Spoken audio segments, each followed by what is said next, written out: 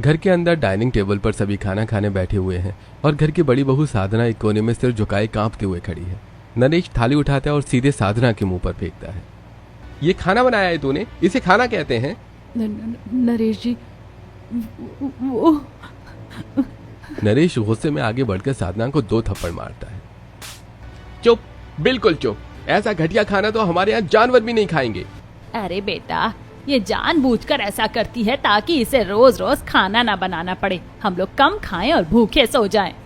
अरे सही कह रही हो भाग्यवान, इतनी मिर्च डाल दी है कि मुंह जल जाए। ये लड़की हमारे खानदान को बीमार करना चाहती है। हाँ पापा, देखिए ना, सब्जी में नमक का तो नाम ही नहीं है। भैया इसे थोड़ा और ठीक से समझाइए, तभी इसकी अकल ठिकाने आएगी। तू चाहती क्या है साधना, हम भूखे मर जाएं? नहीं नहीं माँ जी, मुझसे गलती हो गई। बारिश की वजह से रसोई में अंधेरा था। बहाने मत बना, तुझे यहाँ मुफ्त की रोटियां तोड़ने के लिए रखा है क्या? आग लगे तेरे मरे माँ बाप में, जो तुझ जैसे मनहूस को बांध दिया मेरे लड़के के गले से। नरेश साधना को जोर से धक्का देता है। साधना अपने घुटनों के बल फर्श पर गिर जाती है और रोने लगती है। कमला देवी आगे बढ़कर साधना की कमर पर जोर से लात मारती है। चल अब ये मगरमच्छ के आंसू मत बहा, उठ यहाँ से, अपनी ये गंदी थाली उठा और जा रसोई का सारा काम निपटा। माँ जी, पैर में चोट। काम चोट कहीं की, जा यहाँ से। साधना के ऊपर पूरा परिवार जानवरों की तरह बरस रहा था। तभी घर के दरवाजे पर कमला देवी के तीनों बेटे अमित, सुमित और विनीत हंसते खिलखिलाते हुए अंदर आते हैं और अंदर का नजारा देखकर तीनों चौंक जाते हैं। अरे माँ, ये क्या हो रहा है यहाँ? भाभी फर्श पर क्यों बैठी हैं? ये खाना नीचे क्यों बिखरा हुआ है? भाभी आप रो क्यों रही हो? भैया आपने भाभी को मारा है क्या? ये चोट कैसी है? अरे मेरे प्यारे बच्चे आ गए, कुछ नहीं हुआ विनीत बेटा, कुछ नहीं हुआ। वो तेरी भाभी बस थोड़ा फिसल गई थी। हाँ अमित, तुम लोग तो बाहर घूमने गए थे ना, अपने दोस्तों के साथ, अपनी सहेलियों के साथ। कैसी रही तुम लोगों की ट्रिप? ट्रिप तो अच्छी थी भैया, पर भाभी की हालत देखकर ठीक नहीं लग रहा है। भाभी क्या परेशानी है, आप बताइए ना। नहीं सुमित जी, कुछ नहीं, मैं ठीक हूँ। हाँ हाँ, वो थोड़ी कमजोर है ना, दर्द वर्द होता रहता है इसे। तुम तीनों थक गए होगे ना बाहर से आकर, जाओ अपने अपने कमरों में जाओ और आराम करो। चलो शाबाश। ठीक है माँ, हमें कल सुबह जल्दी कुछ जरूरी काम से बाहर भी जाना है, हम आराम करने जा रहे हैं। भाभी आप आराम करना, काम मत करो ज्यादा।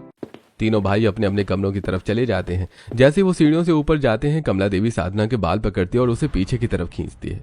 क्यों रे कुलच्छनी, मेरे बेटों के सामने क्या साबित करना चाहती थी कि हम तुझ पर अत्याचार करते हैं? बोल। नहीं माँ जी, नहीं, छोड़िए, दर्द हो रहा है। माँ, इसके मुंह में तो जैसे दही जम गया है, लड़कों के आते ही कैसे आंखें मटका रही थी। आइंदा अगर मेरे भाइयों के सामने एक शब्द भी बोला ना तो जान से मार दूंगा। चल रसोई में जा। साधना रोते बिलखते हुए किसी तरह से उठती है और रसोई के अंदर जाती है। वो दीवार के सहारे टिककर फर्श पर बैठ जाती है और घुटनों में सिर छुपाकर फूट फूट कर रोने लगती है। हे भगवान, मुझे कब इन लोगों से आजादी मिलेगी? मेरी किस्मत ही खराब थी। मेरे गरीब माँ बाप ने अपना सब कुछ बेचकर इन्हें दहेज दिया और खुद बिना इलाज के मर गए। मैं तो अनाथ हो गई। अब मेरा इस दुनिया में कौन है? मुझे भी अपने पास बुला लो भगवान। रोते रोते सुबह हो जाती है। साधना की आंखें रोने की वजह से पूरी तरह सूजी हुई हैं। वो रसोई में चाय बनाती है और कांपते हाथों से ट्रे लेकर बाहर आती है। तभी तीनों देवर सुमित, अमित और विनीत अलसाते हुए हॉल में आते हैं। अरे भाभी गुड मॉर्निंग, पर आपकी आंखें इतनी सूजी हुई क्यों हैं? हाँ भाभी, आपका गला भी बैठा हुआ है, क्या आप कल रात से सोई नहीं हैं? भाभी मैं तो कई दिनों से नोटिस कर रहा हूँ, आप बहुत कमजोर होती जा रही हो। आप खाना पीना नहीं खाती हो क्या समय पर? साधना कुछ बोलने ही वाली होती है कि तभी नरेश वहां आ जाता है। अरे भाइयों, तुम लोग इसके चक्कर में मत पड़ो, ये ऐसी ही है, हमेशा बीमार सी मुंह लटकाई रहती है, पता नहीं इस औरत को क्या चाहिए। अरे सही कह रहे हो बेटा, बड़े बूढ़े कह गए हैं कि औरत का पेट कभी नहीं भरता। सब कुछ तो है इसके पास, रोटी कपड़ा मकान पानी सब तो दे रखा है। ये गरीब घर की लड़की को इतने अमीर और अच्छे घर में ले आई, अब इससे ज्यादा और क्या लेगी हमसे? भैया आप अपनी वाइफ से ऐसे कैसे बातें कर सकते हैं? आपको भाभी से तमीज से बात करनी चाहिए। अच्छा, अब तो अपने बड़े भाई और बाप को ज्ञान सिखाएगा, तमीज सिखाएगा हमें। छोड़ इन बातों को। तुम तीनों बताओ, तुम लोगों ने अपनी शादियों का क्या सोचा? हमने तुम तीनों के लिए बहुत सुंदर लड़कियां पसंद की हैं। माँ ये बात ये है कि आप लोगों ने हमसे बिना पूछे लड़की कैसे पसंद कर ली? ये कोई तरीका होता है क्या? क्या मतलब है तरीका होता है? बेटा अपने बाप और माँ से ऐसे बात करता है? माँ, हम बस ये कहना चाहते हैं कि हम तीनों ने अपनी अपनी पसंद की लड़कियां चुन ली हैं। हम तीनों ने लड़कियां पसंद कर ली हैं। क्या पसंद कर लिए? इसका क्या मतलब है? कौन है वो लड़कियां? कहाँ से हैं? किस जाति की हैं? किस बिरादरी और खानदान की हैं? बताओ मुझे। हाँ माँ, वो बहुत अच्छे खानदान की हैं, बहुत अमीर हैं, बेहद सुंदर हैं और पढ़ी लिखी भी हैं। हम तीनों के साथ एक ही कॉलेज में थीं, लेकिन क्या? साफ साफ बताओ, ये लेकिन वेकिन क्या लगा रखा है? लेकिन पापा, वो ना हमारी बिरादरी की नहीं है, हमारी जात की नहीं है। हमारी जात की नहीं है? तो फिर कौन सी जात की है? जल्दी बको। माँ, अब वो चाहे जिस भी जात की हो, पर हम शादी तो उन्हीं से करेंगे, क्योंकि हम तीनों ने जुबान दे चुके हैं, वादा कर चुके हैं। और अगर हमने उनसे शादी नहीं की तो क्या, रुक क्यों गए? तो उनके घर वाले हमें जान से मार देंगे पापा, वो हमें जिंदा नहीं छोड़ेंगे। अच्छा, ऐसे कौन से तोप खानदान के घर वाले हैं जो मेरे बेटों को जान से मार देंगे? माँ, वो लड़कियां ठाकुर हैं, ठाकुर राजाओं के खानदान की। ठाकुर शब्द सुनते ही कमला देवी, रमेश और नरेश के पैरों तले जमीन खिसक जाती है। क्या कहा? ठाकुर की लड़कियां? तुम तीनों का दिमाग खराब हो गया है? तुम लोग जानते भी हो ठाकुरों का मतलब? उनके खून में हमेशा गुस्सा होता है, चीखना, चिल्लाना, मारना, पीटना। तुम्हें मार के कहीं फेंक देंगे, पता भी नहीं चलेगा। अरे भैया, ऐसा कुछ नहीं है, वो हमसे बहुत प्यार करते हैं, बहुत सुशील है। अरे उनके लिए प्यार व्यार कुछ नहीं होता, उनके लिए जो कुछ भी होता है बस बदला होता है। पापा, हमने ठान लिया है, हम शादी करेंगे तो उन्हीं से, नहीं तो उनके घर वाले हमें जिंदा नहीं छोड़ेंगे। घर में हल्ला गुल्ला मचा हुआ था। बाहर बारिश तेज हो चुकी थी। दरवाजे पर एक विशाल कदकाठी के बुजुर्ग ठाकुर मान सिंह अपनी 3 लंबी तगड़ी बेटियां दुर्गा, भवानी और रुद्रिका के साथ खड़े होते हैं। क्यों भाई, रमेश जी का घर यही है क्या? अरे पापा देखो, ये वही तीनों हैं और ये इनके खतरनाक पापा हैं। नमस्ते अंकल जी, आइए आइए, अंदर आइए। ये भगवान, ये आदमी है या साक्षात यमराज? इसे देखकर तो मुझे चक्कर आने लगे हैं। माँ, इनके तो नाम ही इतने खतरनाक हैं। दुर्गा, भवानी, रुद्रिका। लड़कियां कितनी चंडी होंगी। अरे चुप हो जा, अभी सुन लेंगी तो फालतू में लेने के देने पड़ जाएंगे। क्यों भाई रमेश जी, आप लोगों के घर में मेहमानों को तमीज नहीं सिखाई जाती क्या? कोई बाहर से आए तो उसे खड़े खड़े ही रखोगे या बैठने को भी कहोगे? अरे नहीं भाई साहब, ऐसी बात नहीं। आइए आइए, बैठिए ना। अरे आओ बच्चों, बैठो।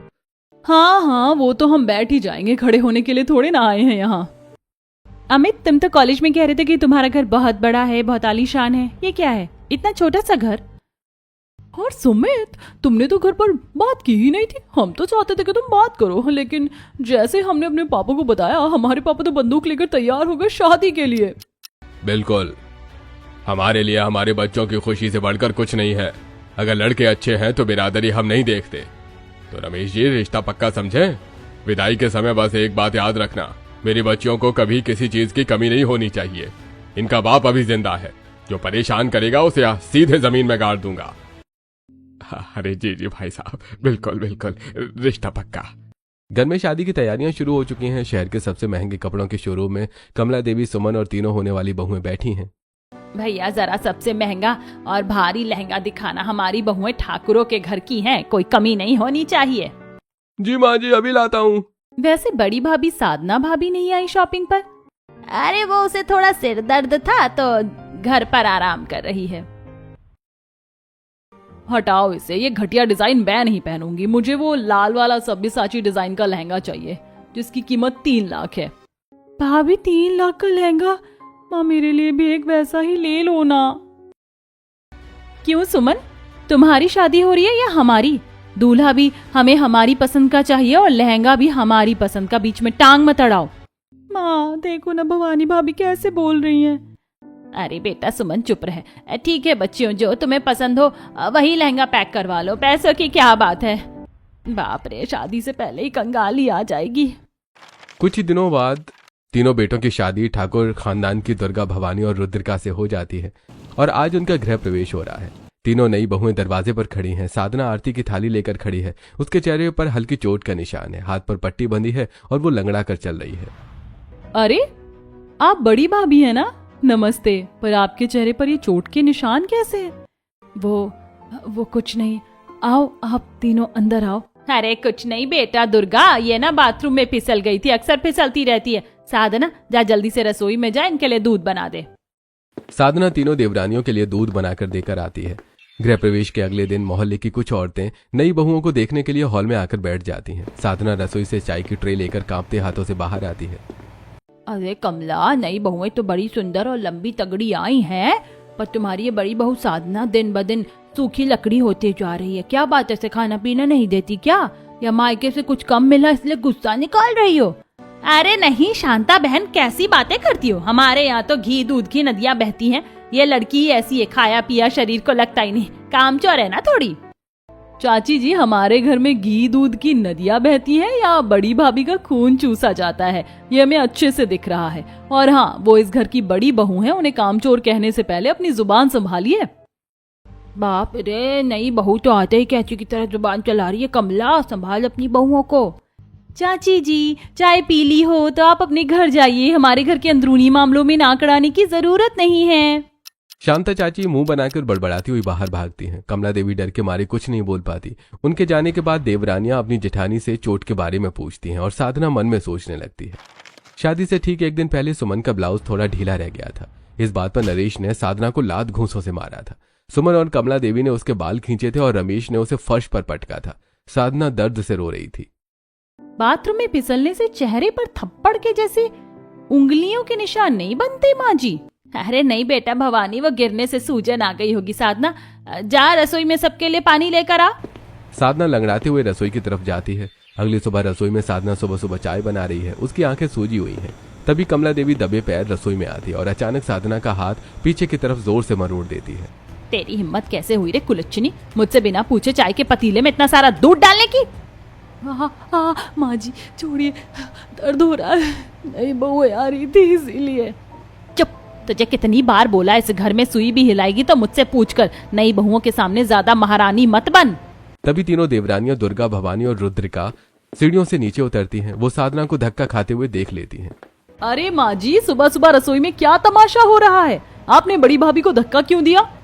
अरे कुछ नहीं बेटी दुर्गा, ये तो कुत्ते की दुम है, ऐसे ही सीधी होती है। कहते हैं ना लातों के भूत बातों से नहीं मानते, बस वही समझा रही थी इसे।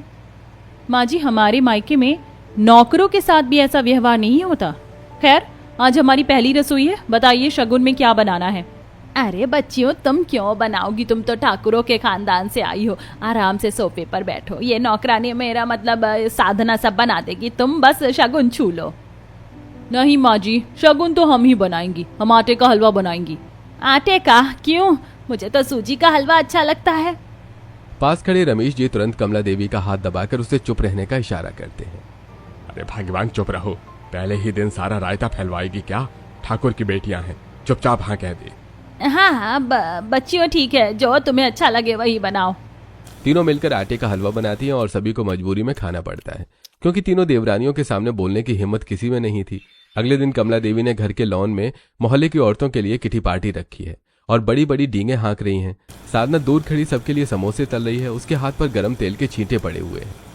अरे कमला, तेरी नई बहुएं तो बहुत अमीर घर की हैं। सुना है उनके पापा के पास बंदूकें और गाड़ियां हैं। अरे हाँ विमला, मेरे बेटों की किस्मत है, पर उन लड़कियों को मैंने साफ कह दिया है, इस घर में हुकूमत तो मेरी ही चलेगी। और ये जो बड़ी बहू साधना है ना, इसके मायके वाले तो भिखमंगे थे, इसे मैंने नौकरानी बना कर रखा है, सारा काम यही करती है। वाह माँ जी वाह, क्या शानदार विचार हैं आपके। अपनी सहेलियों के सामने अपनी ही बड़ी बहू की इतनी घिनौनी बुराई। अरे ये तो बड़ी ठाकुर साहब की बेटी है। भवानी साधना को रसोई से खींचकर बाहर लाती है और उसका जला हुआ हाथ सबको दिखाती है। चाचियों, जरा देखिए जालिम सास का असली चेहरा। बड़ी भाभी के हाथ पर खौलता हुआ तेल गिरा है, फिर भी ये बुढ़िया यहाँ बैठकर अपनी झूठी इज्जत के ढोल पीट रही है। अरे नहीं, मैं तो मजाक कर रही थी बच्चियों। विमला चाची, प्रमिला चाची, आज आप सब गवाह बन जाइए। इस घर में अगर बड़ी भाभी को कुछ भी हुआ तो उसकी जिम्मेदार ये कमला देवी होगी। चलिए अब आप लोग अपने अपने घर जाइए। मोहल्ले की औरतें डर के मारे तुरंत उठकर भाग जाती हैं। कमला देवी शर्म और खौफ से पानी पानी हो जाती है। अगले दिन दोपहर में हॉल में तीनों देवरानियां दुर्गा, भवानी और रुद्रिका सोफे पर आलती पालती मारकर पैर फैलाकर आराम से बैठी हैं और टीवी देख रही हैं। अमित, सुमित और विनीत भी उनके साथ बैठकर हंस रहे हैं। दूसरी तरफ साधना रसोई में खाना बना रही है और सुमन सोफे पर बैठकर फल खा रही है। अरे ओ बड़ी भाभी, जरा इधर आना, मेरे खाए हुए बर्तन उठाकर रसोई में रख दें और एक गिलास ठंडा पानी ला। तीनों देवरानियां एक साथ सुमन को घूर कर देखती हैं। सुमन उनकी तीखी नजरें देखकर सहम जाती है। क्यों सुमन, तुम्हारे हाथ पैरों में क्या दही जम गया है? तुम्हारे हाथ पैर काम नहीं कर रहे क्या, जो हर छोटे काम के लिए बड़ी भाभी को आवाज लगा रही हो? खुद उठो और अपने बर्तन सिंक में रख कर आओ। बड़ी भाभी इस घर की बहू है, तुम्हारी बंधुआ मजदूर नहीं। माँ देखो ना ये। अरे सुमन, जा ना, खुद रख कर आ बर्तन। बच्चियों, तुम लोग टीवी देखो आराम से। थोड़ी देर बाद जब सब अपने अपने कमरे में चले जाते हैं, साधना कपड़े धोने वाली मशीन के पास खड़ी रो रही थी। तभी नरेश वहां आता है। तूने मेरी बहन को जवाब दिलवाया उन ठाकुरों की बेटियों से? तेरी हिम्मत कैसे हुई? नरेश जी, मैंने तो कुछ नहीं कहा, वो खुद ही। चुप। आइंदा अगर तेरी वजह से घर में कोई कलेश हुआ तो इस छत से नीचे फेंक दूंगा तुझे। दुर्गा खिड़की के पीछे छुपी ये सब देख लेती है। अपने फोन में नरेश को साधना को थप्पड़ मारते हुए वीडियो रिकॉर्ड कर लेती है। तो ये बात है, ये लोग बड़ी भाभी पर जुल्म करते हैं और हमारे सामने नाटक करते हैं। रुक जाओ, तुम सबको ऐसी जेल करवाऊंगी कि पुश्ते याद रखेंगी। अगले दिन बारिश थम चुकी है। बाजार में एक बड़ी मोटरसाइकिल के शोरूम में नरेश, अमित, सुमित, दुर्गा और भवानी खड़े हैं। अमित, सुमित, तुम दोनों नई बाइक पसंद कर लो, पैसों की चिंता मत करो। पर भैया, इतने पैसे अचानक कहां से आएंगे? हमारे पास तो बजट नहीं है। अरे बुद्धू, अपने ससुराल वालों से मांगो ना। मैंने भी तो अपनी शादी में साधना के बाप से जबरदस्ती बड़ी गाड़ी ली थी। वो लोग भले ही गरीब थे पर उनकी खाल खींचकर पैसे निकलवा लिए थे मैंने। ये सुनते ही भवानी पलटकर नरेश को इतनी भयानक नजर से घूरती है कि नरेश की सिट्टी पिट्टी गुम हो जाती है। नरेश भैया, जरा संभल कर बोलिए, वरना ये बात आपके हलक में ही अटकी रह जाएगी और आप कभी थूक भी नहीं पाएंगे। हाँ, अरे नहीं नहीं छोटी बहू, मैं तो मजाक कर रहा था। हमारे पास पैसों की कोई कमी नहीं है, हम खुद दिलवाएंगे बाइक। तुम लोग अपने मायके में कुछ मत कहना प्लीज। हम क्यों कहेंगे भैया, हमारे पापा तो वैसे भी सीधे कोर्ट और पुलिस से बात करते हैं। अगर हमने एक बार कह दिया ना तो ऐसा दहेज का केस लगेगा कि आप सबकी अकल हमेशा के लिए ठिकाने आ जाएगी। नरेश डर के मारे पसीना पसीना हो जाता है और वहां से खिसक जाता है। नरेश बाइक शोरूम से निकलकर बाजार की सड़क पर जा रहा होता है। वो गुस्से में बड़बड़ा रहा था। तभी दुर्गा, भवानी और साधना उसका रास्ता रोक लेती हैं। बाजार के लोग तमाशा देखने के लिए इकट्ठा हो जाते हैं। तुम तीनों औरतें मेरा रास्ता क्यों रोक रही हो? साधना, चल घर, तेरी तो आज मैं चमड़ी उधेड़ता हूँ। किसकी चमड़ी उधेड़ेगा रे तू? डोमेस्टिक वायलेंस करता है अपनी पत्नी पर। तेरी हिम्मत कैसे हुई मुझ पर हाथ उठाने की? मैं तेरा जेठ हूँ। सुनो भाइयों और बहनों, ये आदमी घर के अंदर अपनी मासूम पत्नी को जानवरों की तरह पीटता है, उसे भूखा रखता है और बाहर शरीफ बनने का नाटक करता है। आज इस दरिंदे को सबक सिखाना जरूरी है। अरे भाई, धिक्कार है ऐसे पति पर। मारो उस साले को, पुलिस को बुलाओ। नरेश, आज बाजार के बीच में जो तेरा तमाशा बना है ना, ये तो बस शुरुआत है। तेरी असली जगह इस आलीशान घर में नहीं बल्कि जेल की काल कोठरी में है। दुर्गा, भवानी, चलो इसे तड़पने दो यहीं। नरेश बाजार के बीच में बेइज्जत होकर मुंह छुपाकर भाग खड़ा होता है। पूरे बाजार में चारों बहुओं की एकता और ठाकुर बहनों की खौफ की चर्चा होने लगती है। शाम बाजार के एक मशहूर चाट भंडार पर सुमन और तीनों देवरानियां खड़ी हैं। सुमन अपनी मर्जी से चीजें ऑर्डर कर रही है। भैया, मेरे गोलगप्पे में तीखा पानी डालना, और सुनो, पैसे ये मेरी भाभियां देंगी, इनके पापा बहुत अमीर हैं। पैसे तो हम दे देंगे सुमन, पर ये बताओ, कल रात तुम अपनी माँ के साथ मिलकर बड़ी भाभी के कमरे के बाहर क्या फुसफुसा रही थी? कुछ भी तो नहीं, मैं क्यों फुसफुसाऊंगी?